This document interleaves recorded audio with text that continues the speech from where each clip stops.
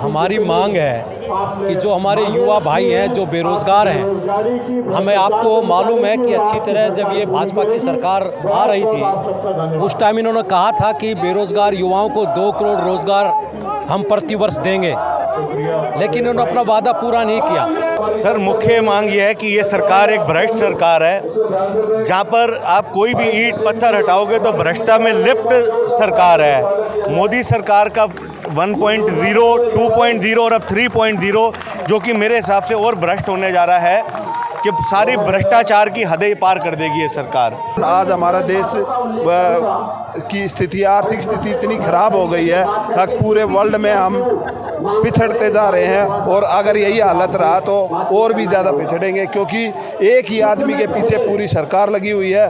पूरी सरकार का सिर्फ और किसी पे ध्यान नहीं है, सिर्फ अडानी अंबानी, इनके अलावा उनको कुछ दिखता ही नहीं है।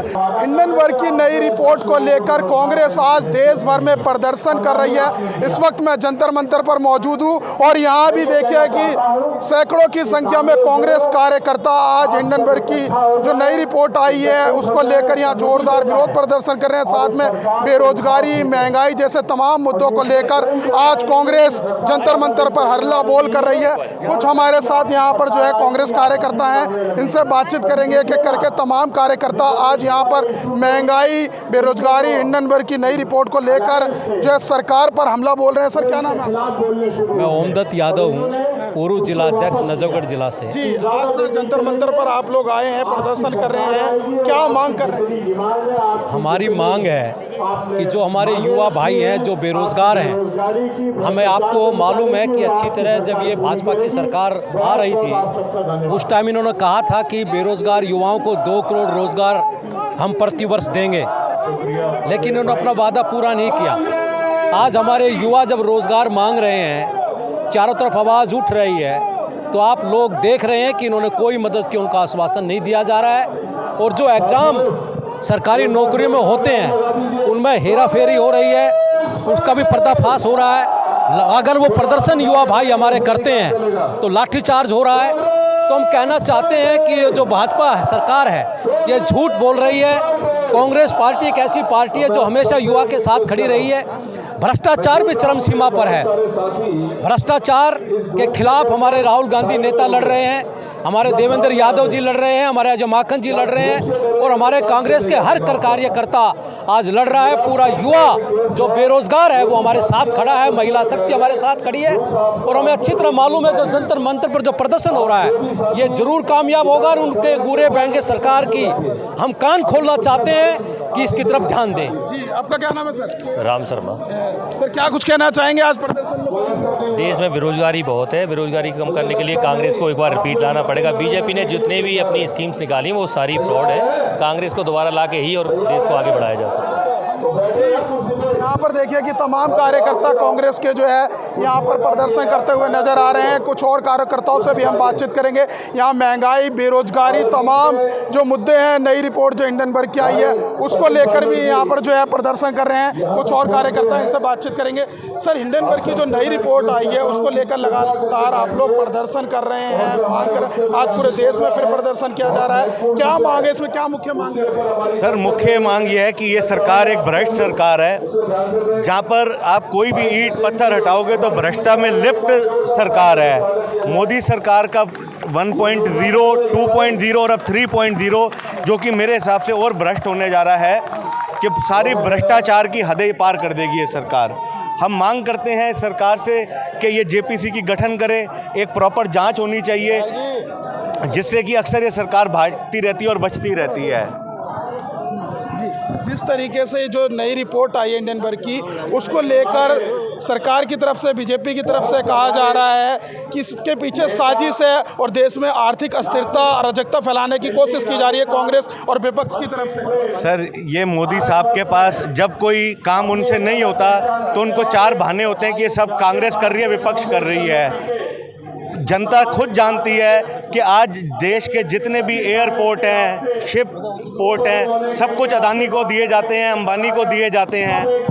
आप एक बात बताइए कि सिर्फ 2-4 कॉरपोरेट हाउसेस को छोड़कर इस देश में और कोई भी कॉरपोरेट हाउस नहीं है एक आम आदमी है, आप कोई आम आदमियों का एक कॉरस बनाइए, आप उनको कहिए कि वो किसी चीज़ की बिडिंग करें, वहाँ पर आएँ, लेकिन हर चीज़ इनको घूम फिर कर अदानी अंबानी यहीं पर ही मिलती है, तो इनकी निष्ठा में साफ साफ खोट नज़र आ रहा है हमारे को। आप चाहते हैं कि जेपीसी की जांच हो इसमें? बिल्कुल सर, जेपीसी की जांच होनी चाहिए, क्योंकि ईडी और सीबीआई तो सब इनके हाथ की कठपुतलियां हैं, वहाँ पर तो ये सारी चीज़ें अपने हिसाब से करवा लेते हैं। जेपीसी के अंदर विपक्ष का नेता बैठे, बाकी और नेता बैठे अलग अलग दल के, जिससे कि एक सच का सच और झूठ का झूठ बाहर आएगा।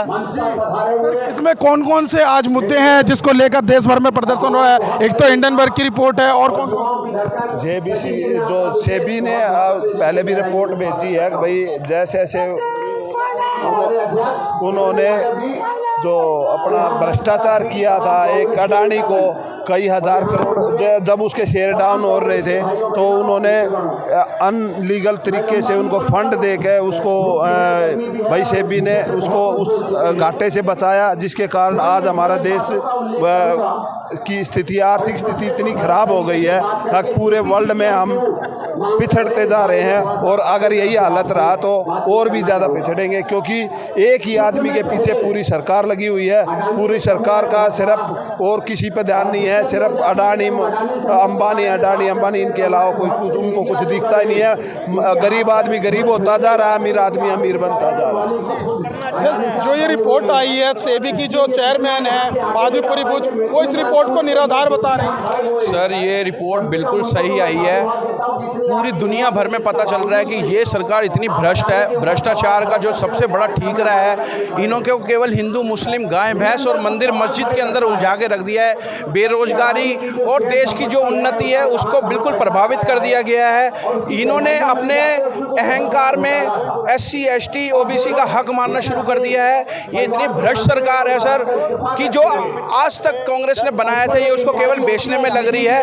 अगर जल्दी ये पार्टी बीजेपी नहीं हटती तो देश को हमारा देश बहुत ही नीचे आ जाएगा, बहुत ही नीचे स्तर पे आ जाएगा। इनको बेरोजगारी पे कोई सवाल नहीं करना सर, इनको बच्चों की पढ़ाई के लिए कुछ नहीं करना जी। इनको तो मंदिर मस्जिद, आप अभी देख लो बांग्लादेश में क्या हो रहा है, मणिपुर में क्या हो रहा है, वहाँ पे किस तरीके से महिलाओं के साथ शोषण हो रहा है। अभी आप यूपी में देख लो, 4-4 वर्ष की बच्चियों के साथ बलात्कार हो रहे हैं। तो आप समझ सकते हो इतनी भ्रष्ट सरकार, अगर ये सरकार नहीं गई, केवल कांग्रेस पार्टी है जो देश की उन्नति कर सकती है। जय भीम, जय भारत। मेरा नाम मखदूम खान है कैसा है? जी। मैं दिल्ली से ही हूँ और मैं माइनॉरिटी का उपाध्यक्ष हूँ दिल्ली प्रदेश कांग्रेस कमेटी का। कुछ कहना चाहेंगे सर, कौन कौन से मुद्दे हैं आज जिसको लेकर प्रदर्शन? देखिए, जिस तरीके से हिंडनबर्ग का मामला उछला है आपने देखा, और जो भी मामला उछलता है और इनके खिलाफ जाता सरकार के, ये बताते हैं ये देश विरोधी है।